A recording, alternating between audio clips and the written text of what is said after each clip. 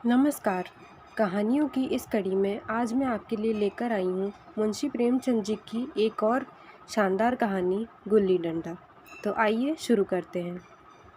हमारे अंग्रेज़ी दोस्त माने या ना माने, मैं तो यही कहूँगा कि गुल्ली डंडा सब खेलों का राजा है। अब भी कभी लड़कों को गुल्ली डंडा खेलते देखता हूँ तो जी लोटपोट हो जाता है कि इनके साथ जाकर खेलने लगूँ। ना लॉन की ज़रूरत, ना कोर्ट की, ना नेट की, ना थापी की। मज़े से किसी एक पेड़ की टहनी काट ली, गुल्ली बना ली और 2 आदमी भी आ जाए तो खेल शुरू हो गया। विलायती खेलों में सबसे बड़ा ऐब है कि उसके सामान महंगे होते हैं। जब तक कम से कम 1 सैकड़ा न खर्च कीजिए, खिलाड़ियों में शुमार ही नहीं हो पाता। यहाँ गुल्ली डंडा है कि बिना हर्र फिटकरी के चोखा रंग देता है, पर हम अंग्रेज़ी चीज़ों के पीछे ऐसे दीवाने हो रहे हैं कि अपनी सभी चीज़ों से अरुचि हो गई। स्कूलों में हर एक लड़के से 3-4 रुपये सालाना केवल खेलने की फ़ीस ली जाती है। किसी को यह नहीं सूझता कि भारतीय खेल खिलाएं, जो बिना दाम कौड़ी के खेले जाते हैं। अंग्रेज़ी खेल उनके लिए हैं जिनके पास धन है। गरीब लड़कों के सिर पर यह व्यसन क्यों मढ़ते हो? ठीक है, गुल्ली से आँख फूट जाने का भय रहता है, तो क्या क्रिकेट से सिर फूट जाने, तिल्ली फट जाने, टांग टूट जाने का भय नहीं रहता? अगर हमारे माथे में गुल्ली का दाग आज तक बना हुआ है, तो कई हमारे दोस्त ऐसे भी हैं जो थापी को बैसाखी से बदल बैठे। यह अपनी अपनी रुचि है। मुझे गुल्ली सब खेलों में सबसे ज़्यादा अच्छी लगती है और बचपन की मीठी स्मृतियों में गुल्ली ही सबसे मीठी है। वह प्रातःकाल घर से निकल जाना, वह पेड़ पर चढ़कर टहनियाँ काटना और गुल्ली डंडे बनाना, वह उत्साह, वह खिलाड़ियों के जमघटे, वह पदना और पदाना, वह लड़ाई झगड़े, वह सरल स्वभाव जिसे छूत अछूत अमीर गरीब का बिल्कुल भेद न रहता था, जिसमें अमीराना चोचलों की, प्रदर्शन की, अभिमान की गुंजाइश ही न थी। यह उसी वक्त भूलेगा जब जब घरवाले बिगड़ रहे हैं, पिताजी चौके पर बैठे वेग से रोटियों पर अपना क्रोध उतार रहे हैं, अम्मा की दौड़ केवल द्वार तक है, लेकिन उनकी विचारधारा में मेरा अंधकारमय भविष्य टूटी हुई नौका की तरह डगमगा रहा है और मैं हूँ कि पदाने में मस्त हूँ। ना नहाने की सुधि है, ना खाने की। गुल्ली है तो ज़रा सी, पर उसमें दुनिया भर की मिठाइयों की मिठास और तमाशों का आनंद भरा हुआ है। मेरे हमजोलियों में एक गया नाम का लड़का था। वह मुझसे 2-3 साल बड़ा होगा। दुबला, बंदरों की सी लंबी लंबी पतली पतली उंगलियां, बंदरों की सी चपलता, वही झल्लाहट। गुल्ली कैसी ही हो, पर इस तरह लपकता था जैसे छिपकली कीड़ों पर लपकती है। मालूम नहीं उसके माँ बाप थे या नहीं, कहाँ रहता था, क्या खाता था, पर था हमारे गुल्ली क्लब का चैम्पियन। जिसकी तरफ वह आ जाए उसकी जीत निश्चित थी। हम सब उसे दूर से आते देख दौड़कर उसका स्वागत करते थे और अपना गोइयाँ बना लेते थे। एक दिन मैं और गया 2 ही जने खेल रहे थे। वह पदा रहा था और मैं पद रहा था। मगर कुछ विचित्र बात है कि पदाने में हम दिन भर मस्त रह सकते हैं, पदना 1 मिनट का भी अखरता है। मैंने गला छुड़ाने के लिए सब चालें चली, जो ऐसे अवसर पर शास्त्र विहित न होने पर भी क्षम्य है, लेकिन गया अपना दांव लिए बगैर मेरा पिंड न छोड़ता था। मैं घर की ओर भागा। अनुनय विनय का कोई असर न हुआ था। गया ने मुझे दौड़कर पकड़ लिया और डंडा तानकर बोला, मेरा दांव देकर जाओ। पदाया तो बड़े बहादुर बन के, पदने की बेर क्यों भागे जाते हो? तुम दिन भर पदाओ तो मैं दिन भर पदता रहूं? हाँ, तुम्हें दिन भर पदना पड़ेगा। न खाने जाऊं न पीने जाऊं? हाँ, मेरा दाव दिए बिना कहीं जा ही नहीं सकते। मैं तुम्हारा गुलाम हूँ? हाँ, मेरे गुलाम हो। मैं घर जाता हूँ, देखूँ मेरा क्या कर लेते हो। घर कैसे जाओगे, कोई दिल लगी है? दांव दिया है, दांव लेंगे। अच्छा, कल मैंने वह अमरूद खिलाया था, वो लौटा दो। वह तो पेट में चला गया। निकालो पेट से, तुमने क्यों खाया मेरा अमरूद? अमरूद तुमने दिया तब मैंने खाया, मैं तुमसे मांगने थोड़ी आया था। जब तक मेरा अमरूद ना दोगे मैं दांव ना दूंगा। मैं समझता था न्याय मेरी ओर है। आखिर मैंने किसी स्वार्थ से ही तो उसे अमरूद खिलाया होगा।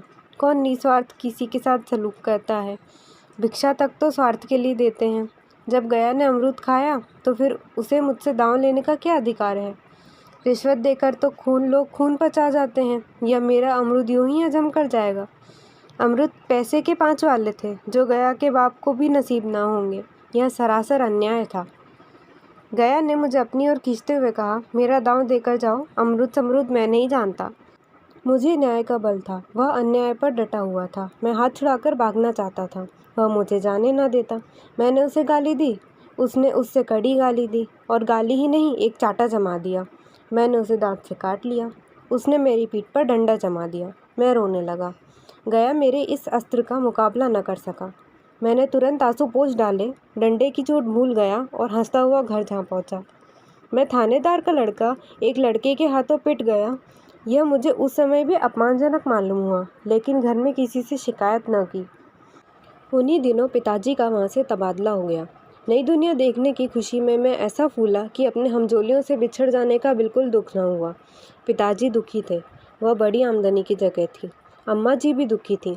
यहाँ सब चीज़ें सस्ती थी और मोहल्ले की स्त्रियों से घराव सा हो गया था, लेकिन मैं सारे खुशी के फूला न समाता था। लड़कों में जीट उड़ा रहा था। वहाँ घर ऐसे थोड़े ही होते हैं, ऐसे ऐसे ऊंचे घर हैं कि आसमान से बातें करते हैं। वहाँ के अंग्रेज़ी स्कूल में कोई मास्टर लड़कों को पीटे तो उसे जेल हो जाए। मेरे मित्रों की फैली हुई आंखें और चकित मुद्रा बतला रही थी कि उनकी निगाह में कितनी स्पर्धा हो रही थी। मानो कह रहे थे, तुम भगवान हो भाई, जाओ, हमें तो इसी उज्जड़ ग्राम में जीना भी है और मरना भी। 20 साल गुजर गए। मैंने इंजीनियरिंग पास की और उसी ज़िले का दौरा करता हुआ उसी कस्बे में पहुंचा और डाक बंगले में ठहरा। उस स्थान को देखते ही इतनी मधुर बाल स्मृतियाँ जाग उठी कि मैंने छड़ी उठाई और कस्बे की सैर करने निकला। आंखें किसी प्यासे पथिक की भांति बचपन के उन क्रीड़ा स्थलों को देखने के लिए व्याकुल हो रही थी, पर उस परिचित नाम के सिवा कुछ और ही परिचित ना था। जहाँ खंडर था, वहाँ पक्के मकान खड़े थे। जहाँ बरगद का पुराना पेड़ था, अब वहाँ एक सुंदर बगीचा था। स्थान की काया पलट हो गई थी। अगर उसके नाम और स्थिति का ज्ञान न होता तो मैं उसे पहचान भी न सकता। बचपन की संचित और अमर स्मृतियाँ बाहें खोले अपने उन पुराने मित्रों से गले मिलने को अधीर हो रही थी, मगर वह दुनिया बदल गई थी। ऐसा जी होता था कि उस धरती से लिपट कर रहूं और कहूं, तुम मुझे भूल गई, मैं तो अब भी तुम्हारा वही रूप देखना चाहता हूँ। सहसा एक खुली जगह पर मैंने 2-3 लड़कों को गुल्ली डंडा खेलते हुए देखा। एक क्षण के लिए मैं अपना बिल्कुल भूल गया कि मैं एक ऊंचा अफसर हूँ, साहबी ठाठ में, रौब में और अधिकार के आवरण में। जाकर एक लड़के से पूछा, क्यों बेटे, यहाँ कोई गया नाम का आदमी रहता है? एक लड़के ने गुल्ली डंडा समेटकर सहमे हुए स्वर में पूछा, कौन गया? गया चमार? मैंने यूं ही कहा, हाँ हाँ वही। गया नाम का कोई आदमी है तो शायद वही हो। हाँ है तो, ज़रा उसे बुला सकते हो? लड़का दौड़ता हुआ गया और एक क्षण में एक आदमी को साथ लिए आता दिखाई दिया। मैं दूर से ही पहचान गया। उसकी ओर लपकना चाहता था कि उससे गले लिपट जाऊं, पर कुछ सोच कर रह गया। बोला, कहो गया, मुझे पहचानते हो? गया ने झुककर सलाम किया। हाँ मालिक, भला पहचानूंगा क्यों नहीं। आप मज़े में हो? बहुत मज़े में, तुम अपनी कहो। डिप्टी साहब का साइस हूँ। मतई, मोहन, दुर्गा सब कहाँ हैं? कुछ खबर है? मतई तो मर गया, दुर्गा और मोहन दोनों डाकिया हो गए हैं। आप? मैं ज़िले का इंजीनियर हूँ। सरकार तो पहले ही बड़े जहीन थे। अब कभी गुल्ली डंडा खेलते हो? गया ने मेरी ओर प्रश्न भरी आंखों से देखा। अब गुल्ली डंडा क्या खेलूँगा सरकार, अब तो धंधे से ही छुट्टी नहीं मिलती। आओ आज हम तुम खेलें, तुम पदाना हम पदेंगे। तुम्हारा एक दांव हमारे ऊपर है, वह आज ले लो। गया बड़ी मुश्किल से राज़ी हुआ। वह ठहरा टके का मजदूर, मैं एक बड़ा अफसर। हमारा और उसका क्या जोड़, बेचारा झेप रहा था। लेकिन मुझे भी कुछ कम झेप ना थी। इसलिए नहीं कि मैं गया के साथ खेलने जा रहा था, बल्कि इसलिए कि लोग इस खेल को अजूबा समझकर इसका तमाशा बना लेंगे और अच्छी खासी भीड़ लग जाएगी। उस भीड़ में वह आनंद कहाँ रहेगा, पर खेले बगैर भी तो रहा नहीं जाता। आखिर निश्चय हुआ कि दोनों जने बस्ती से बहुत दूर खेलेंगे और बचपन की उस मिठाई को खूब रस ले लेकर खाएंगे। मैं गया को लेकर डाक बंगले पर आया और मोटर में बैठकर दोनों मैदान की ओर चले। साथ में एक कुल्हाड़ी भी ले ली। मैं गंभीर भाव धारण किए हुए था, लेकिन गया इसे अभी तक मजाक ही समझ रहा था। फिर भी उसके मुख पर उत्सुकता या आनंद का कोई चिन्ह नहीं था। शायद वह हम दोनों में जो अंतर हो गया था, यही सोचने में मगन था। मैंने पूछा, तुम्हें कभी हमारी याद आती थी गया? सच कहना। गया झेपता हुआ बोला, मैं आपको याद करता हुजूर, किस लायक हूँ। भाग में जो आपके साथ कुछ दिन खेलना बदा था, नहीं तो मेरी क्या गिनती। मैंने कुछ उदास होकर कहा, लेकिन मुझे तो बराबर तुम्हारी याद आती थी। तुम्हारा वह डंडा जो तुमने तानकर जमाया था, याद है ना? गया ने पछताते हुए कहा। वह लड़कपन था सरकार, उसकी याद ना दिलाओ। वाह, वह मेरे बाल जीवन की सबसे रसीली याद है। तुम्हारे उस डंडे में जो रस था, वह ना तो अब मैं आदर सम्मान में पाता हूँ, न धन में। इतनी देर में हम बस्ती से कोई 3 मील निकल आए। चारों तरफ सन्नाटा है। पश्चिम ओर कोसों तक भीमताल फैला हुआ है, जहाँ आकर हम किसी समय कमल पुष्प तोड़ ले जाते थे और उसके झुमक बनाकर कानों में डाल लेते थे। जेठ की संध्या केसर में डूबी चली आ रही है। मैं लपक कर एक पेड़ पर चढ़ गया और एक टहनी काट लाया। चटपट गुल्ली डंडा बन गया। खेल शुरू हो गया। मैंने गुच्ची में गुल्ली रखकर उछाली। गुल्ली गया के सामने से निकल गई। उसने हाथ लपकाया जैसे मछली पकड़ रहा हो। गुल्ली उसके पीछे जाकर गिरी। यह वही गया है जिसके हाथों में गुल्ली जैसे अपने आप ही आकर बैठ जाती थी। वह दाएं बाएं कहीं भी हो, गुल्ली उसकी हथेली में ही पहुंचती थी, जैसे गुल्लियों पर वशीकरण डाल देता हो। नई गुल्ली, पुरानी गुल्ली, छोटी गुल्ली, बड़ी गुल्ली, नोकदार गुल्ली, सपाट गुल्ली, सभी उससे मिल जाती थी, जैसे उसके हाथ में कोई चुंबक हो, गुल्लियों को खींच लेता हो। लेकिन आज गुल्ली को उससे वह प्रेम नहीं रहा। फिर तो मैंने पदाना शुरू किया। मैं तरह तरह की धांधलियाँ कर रहा था। अभ्यास की कसर बेईमानी से पूरी कर रहा था। हुच जाने पर भी डंडा खुले जाता था। हालांकि शास्त्र के अनुसार गया की बारी आनी चाहिए थी। गुल्ली पर ओछी चोट पड़ती और वह ज़रा दूर पर गिर पड़ती तो मैं झपट कर खुद उठा लेता और दोबारा टाण लगाता। गया यह सारी बेकायदगियाँ देख रहा था, पर कुछ न बोलता था, जैसे उसे सब कायदे कानून भूल गए। उसका निशाना कितना अचूक था। गुल्ली उसके हाथ से निकलकर टन से डंडे से आकर लगती थी। उसके हाथ से छूटकर उसका काम था डंडे से टकरा जाना। लेकिन आज वह गुल्ली डंडे में लगती ही नहीं। कभी दाएं जाती है, कभी बाएं, कभी आगे, कभी पीछे। आधे घंटे बदाने के बाद एक गुल्ली डंडे में आकर लगी। मैंने धांधली की। गुल्ली डंडे में नहीं लगी। बिल्कुल पास से गई, लेकिन लगी नहीं। गया ने किसी भी प्रकार का असंतोष प्रकट नहीं किया। न लगी होगी।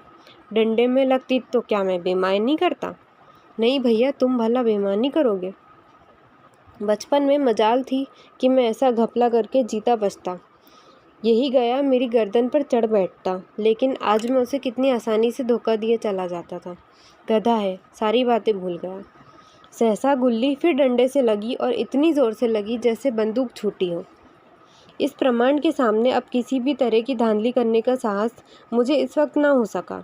लेकिन क्यों न एक बार सबको झूठ बताने की चेष्टा करूं? मेरा हरज ही क्या है? मान गया कि वाह वाह, नहीं 2-4 हाथ पदना तो पड़ेगा ही। अंधेरे का बहाना बनाकर जल्दी से छुड़ा लूँगा। फिर कौन दांव देने आता है? गया ने विजय के उल्लास में कहा। लग गई, लग गई, टन से बोली। मैंने अनजान बनने की चेष्टा करते हुए कहा। तुमने लगते देखा? मैंने तो नहीं देखा। टन से बोली है सरकार, और जो किसी ईंट से टकरा गई हो। मेरे मुख से यह वाक्य उस समय कैसे निकला, इसका मुझे खुद आश्चर्य है। इस सत्य को झुटलाना वैसा ही था जैसे दिन को रात बताना। हम दोनों ने गुल्ली को डंडे से जोर से लगते देखा था, लेकिन गया ने मेरा कथन स्वीकार कर लिया। हाँ, किसी ईंट में ही लगी होगी। डंडे में लगती तो इतनी आवाज़ ना आती। मैंने फिर पदाना शुरू कर दिया, लेकिन इतनी प्रत्यक्ष धांधली कर लेने के बाद गया की सरलता पर मुझे दया आने लगी। इसलिए जब तीसरी बार गुल्ली डंडे में लगी तो मैंने उदारता से दांव देना तय कर लिया। गया ने कहा, अब तो अंधेरा हो गया है भैया, कल पर रखो। मैंने सोचा कल बहुत सा समय होगा, यह न जाने कितनी देर पदाए, इसलिए इसी वक्त मामला साफ कर लेना अच्छा होगा। नहीं नहीं, अभी बहुत उजाला है, तुम अपना दांव ले लो। गुल्ली सूझेगी नहीं, कुछ परवाह नहीं। गया ने पदाना शुरू किया, लेकिन अब उसे बिल्कुल अभ्यास ना था। उसने 2 बार टाण लगाने का इरादा किया, पर 2 ही बार हुच गया। 1 मिनट से कम में वह दांव खो बैठा। मैंने अपनी हृदय के विशालता का परिचय दिया। एक दांव और खेल लो, तुम तो पहले ही हाथ में हुच गए। नहीं भैया, अब अंधेरा हो गया। तुम्हारा अभ्यास छूट गया, कभी खेलते नहीं। खेलने का समय कहाँ मिलता है भैया। हम दोनों मोटर पर जा बैठे और चिराग जलते जलते पड़ाव पर पहुंच गए। गया चलते चलते बोला, कल यहाँ गुल्ली डंडा होगा, सभी पुराने खिलाड़ी खेलेंगे, तुम भी आओगे? जब तुम्हें फुर्सत हो तभी खिलाड़ियों को बुलाऊं। मैंने शाम का समय दिया और दूसरे दिन मैच देखने गया। कोई 10-10 आदमियों की मंडली थी। कई मेरे लड़कपन के साथी निकले। अधिकांश युवक थे जिन्हें मैं पहचान न सका। खेल शुरू हुआ। मैं मोटर पर बैठा बैठा तमाशा देखने लगा। आज गया का खेल, उसका नैपुण्य देखकर मैं चकित हो गया। टाण लगाता तो गुल्ली आसमान से बातें करती। कल की सी वह झिझक, वह हिचकिचाहट, वह बेदिली आज न थी।